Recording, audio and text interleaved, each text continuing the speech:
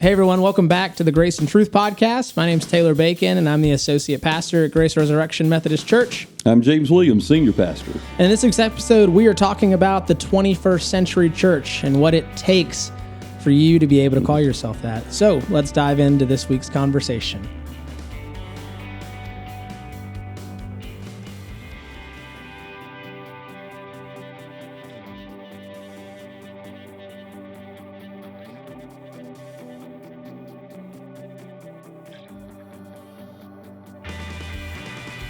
I'm really happy that your face lit up when I said that. I always try to pick topics. For the record, Taylor did not tell me the topic today. Well, I don't, because I love the genuine reaction if I nail the topic and you're like, yes, I'm in on this one. Because sometimes, look, it's not a good podcast if you don't want to talk about it. So, if you and I are not interested in it, then I don't think anybody else is going to be interested in it. That's true. There are things that we're probably interested in that I'm not going to tangent. I almost tangented really hard there, but I'll tell you what I was going to do afterwards. Okay, all right. So the 21st century church, this is something that if you follow James on social media, as of when we're recording this episode, he just recently posted something talking about things that a church should do to be the 21st century church. Yes. So, James, to you, you can use the things that you posted, but now that obviously you process those things and you're very intentional about the things that you post, what does it take to be a 21st century church? Maybe some characteristics, some qualities, what have you? This is very interesting, and I hesitate to tell this, but it's true, and it caused a big discussion between Natalie and me. And so the day after I posted that, what you're talking about, because it gave like 5 different, so the person saw that, and then they had read my book. And this is a person from 2 churches ago for me. So I have not talked to this person in a long time.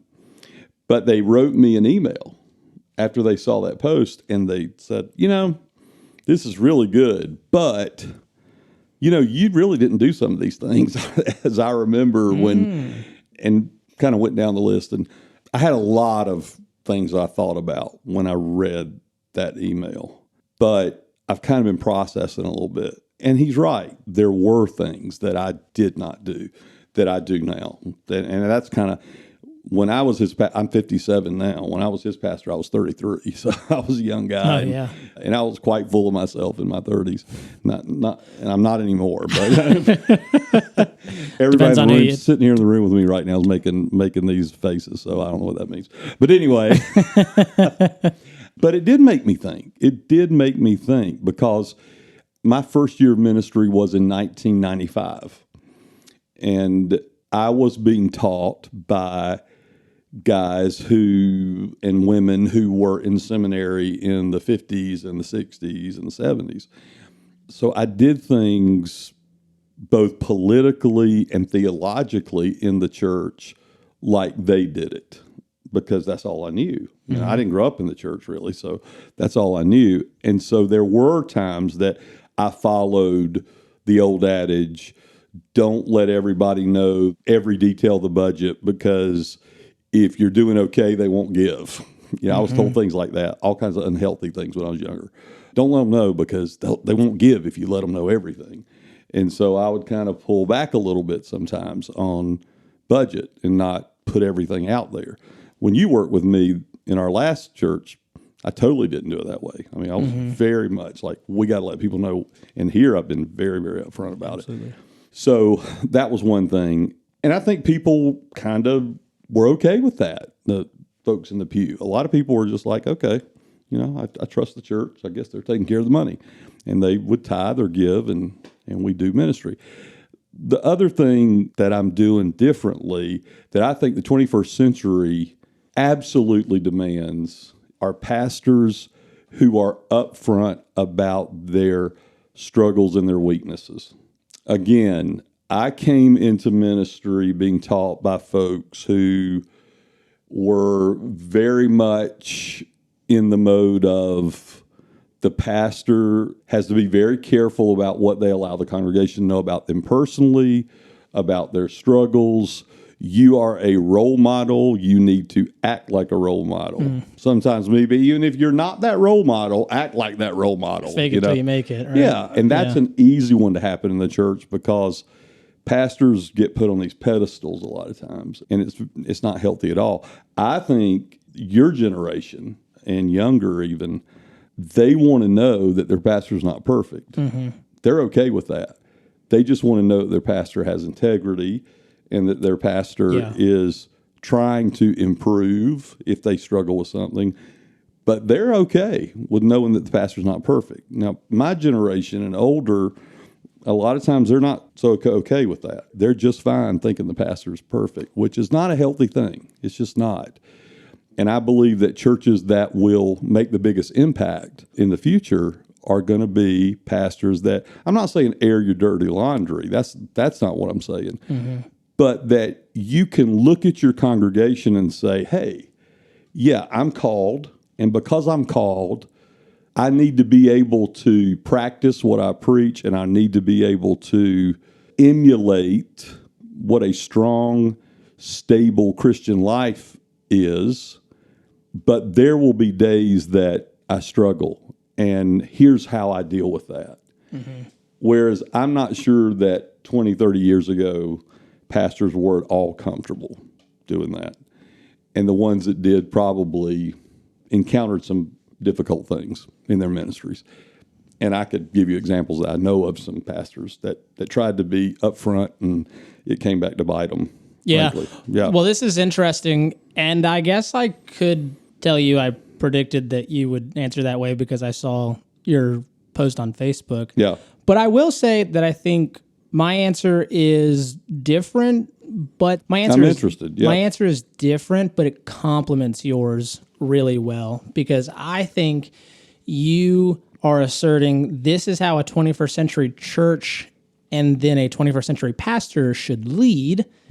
And I come alongside that with the idea of this is how I think a 21st century church and 21st century pastor should follow in terms of following Jesus. I love that. So I love that. Yeah. Like I said, I think they're different, but they don't play against each other. They complement each other. It's a yin and yang. And see, type that's of thing. another way, though. That's another way, my generation of pastors, Taylor, we were taught to be leaders, to lead. I was just telling Seth, our producer, we were having lunch today, and I said, you know what? I was taught in seminary to go into a church and grow that church as big as I can get it. And if you can make it a mega church, man, that's even better. And you got all kind of accolades when your church grew like that. You get a fruitcake at the Christmas party. And no one challenged me. No one challenged me on the unhealthy ways that I did that sometimes because my numbers look good. Because I was taught to be a leader. Because people want a leader. What you just said is a Jesus model because what people need is a follower. Now, in the world, that can be misconstrued. But I'm telling you, I look back at my ministry, Taylor, and I think, okay, what would I have done differently? I would have been much more careful about allowing my folks to see me as a follower of Jesus more than a leader.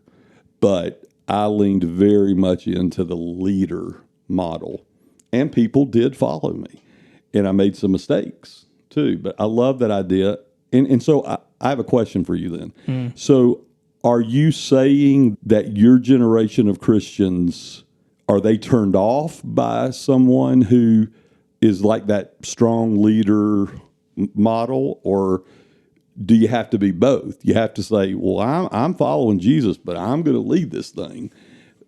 Yeah, it really is. I mean, right now, I think that's a big question for pastors to So here's where talk I land about. on this. And you know, and those of you listening, if you know me well enough or you've listened to this, one of my passions in the church is spiritual formation. So what are the things that we can do to become more like Christ on earth as it is in heaven, right? That's my whole ministry philosophy. And I think that one of the mistakes the church is making that needs to be corrected in the 21st century is they need to actually operate in a way where they teach people how to follow Jesus. Yeah, I agree. Because So, in the past, it's been a lot of more corporate models. Come to church, become a member, serve, done. And repeat on the service part. Just keep doing that over and over and over again. And 90% of your church activity is you are a spectator. Mm-hmm. Right. And so what I'm saying is I think that a pastor still needs to lead. I think all of the things that you've mentioned in your socials and everything are necessary tools. I think transparency is incredibly important in terms of financials, but also in terms of your life. Sure. I think the reason, if you know Barna, the Barna Research absolutely. Group. Yeah. If you don't know Barna Research Group Gallup poll puts out, they're a Christian-based research think tank. Yeah. And they put out really compelling research on the church and Christianity and religion and culture and everything like that. And they did some research a few years ago, and so I think it's still relevant. I'd be curious for them to redo it, but there's this gap in pastoral leadership where I think it's something like 45% of pastors have burned out since 2020. Oh, yeah. And I think the leading cause of burnout amongst pastors is because they have forgotten that they are also a sheep in need of a shepherd. Yeah, I agree with that. That's what I think is going on. And so I say those leadership qualities are necessary. We still need a leader, but as pastors and as church, as followers of Jesus, we cannot forget that we are also sheep, and we still need to let Jesus lead us. And I think they go in tandem with one another. And I think that my generation, I'm circling back around, my generation wants a pastor who is following Jesus next to them, not ahead of them. I don't want my pastor to be ahead of me. I want my pastor walking right next to me. That's so good. Because I want it to feel like I'm doing life with them. That's why I always push for, I think if you're the pastor of a church, you should be in a small group in that church. I think you should just be a part of the community. So anyways, I could keep going, but I think both are necessary, but I think we lean too heavily on the leader qualities. Yes. Because they're comfortable, they're tangible, they're projectable. Yes. I think, and that's fine. I know those are comfort spots, but we need to get a little uncomfortable and lean into more of the follower qualities. And I think we're not saying the whole thing that needs to be said when we're talking about this if we don't mention this. So, did you say 40% of pastors? It's like 45%. Okay, so the 45%, and I know... And that's within a certain age range. Yeah. So I think that's between the ages of 45 and 65. Yeah, that makes sense, because I know I have friends who have been through that. Mm-hmm. Because I went through this thing in my ministry after the pandemic and all that stuff. Where am I supposed to be? I was still excited about ministry. I wasn't burned out, but I wasn't sure what God wanted me to do next.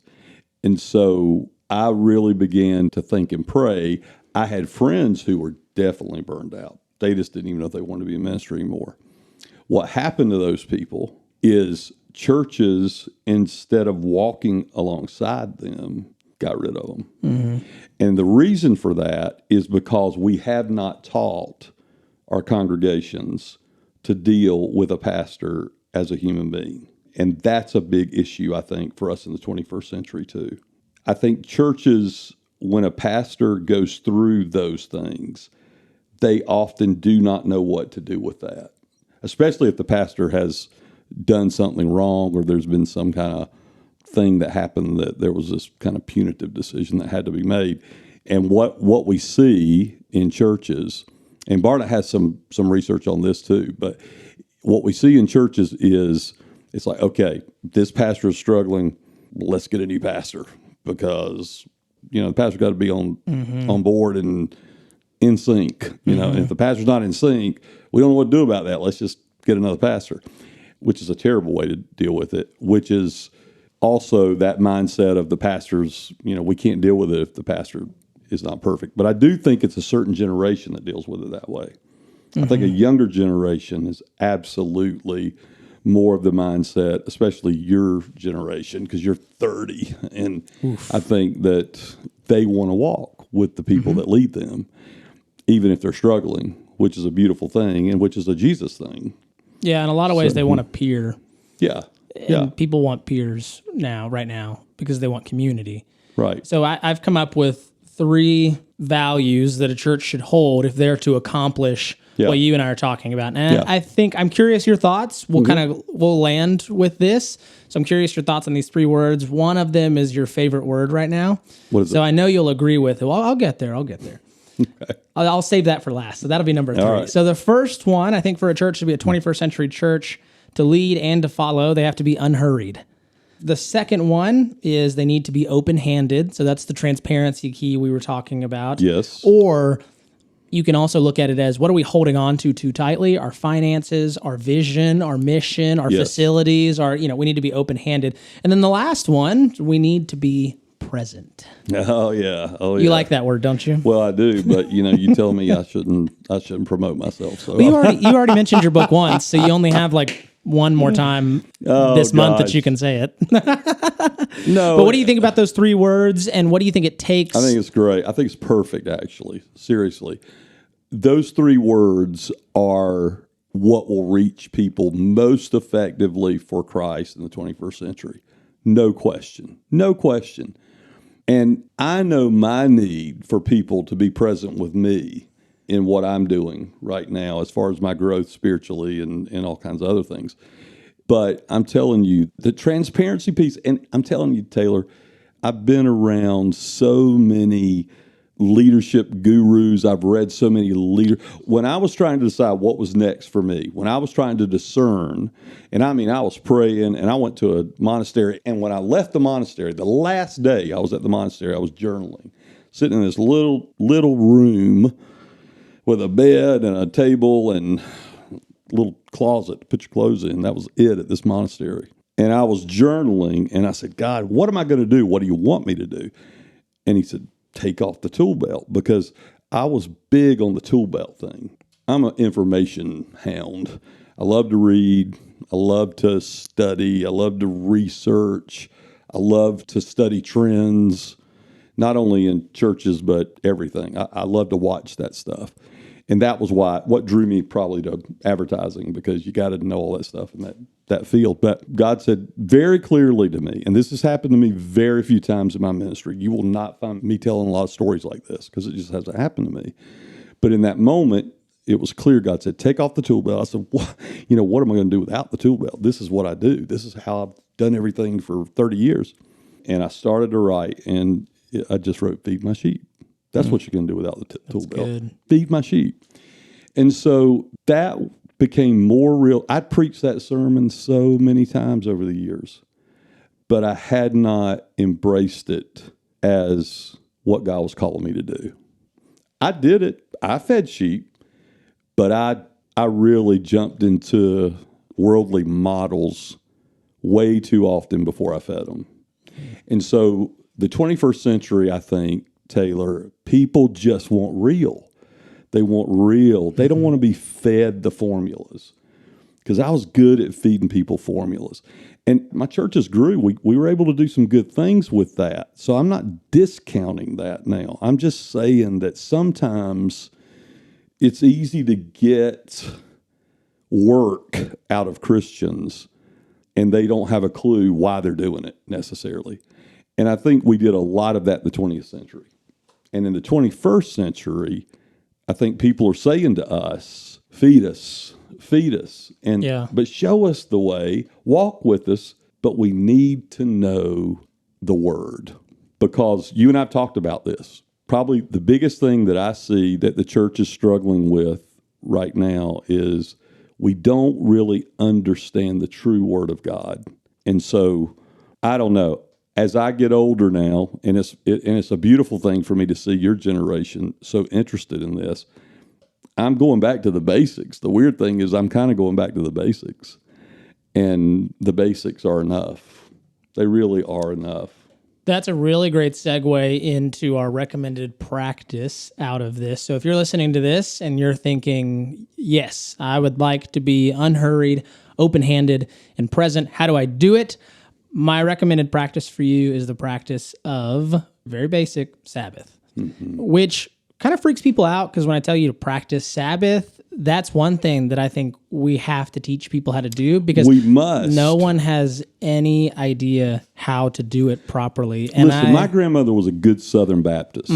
So when she would say things to me like, the Bible says to remember the Sabbath day and keep it holy, well, what does that mean? Well, you don't cut your grass on Sunday. You don't work on your fair. house. You don't clean up your house. My grandmother cooked on Saturday because she didn't believe in cooking on Sunday. Yep. Okay, all that's fine, but it's more than that. A Sabbath is way more than that, and you know that, and that's what you're talking about. It's so helpful when people finally get that Sabbath is rest in the Western world, American model. It's rest times 100. It's not what you think about rest. It's not just not cooking on Sunday or cleaning your house on Sunday. Sabbath is Sabbath, and it's a holy day. And I'm telling you, even I struggle with that. I do. I think it's, and I might quote this wrong, so don't hold me to this, but I think it's Abraham Joshua Heschel, who's a 20th century rabbi, a Jewish scholar. He's phenomenal.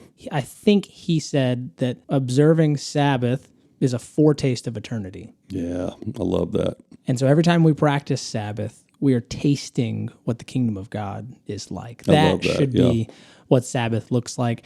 And I would love to sit here and walk you through what a Sabbath should look like, but we are actually, at the time that you're probably listening to this episode, we will be about a month out from launching something that I'm really excited about called Monday School. Oh, and yeah, I'm it excited. is your follow-up from Sunday. It is basically a hour and a half of us learning together what it looks like to follow Jesus Monday through Saturday. And the very first practice that we're going to teach and learn through is Sabbath.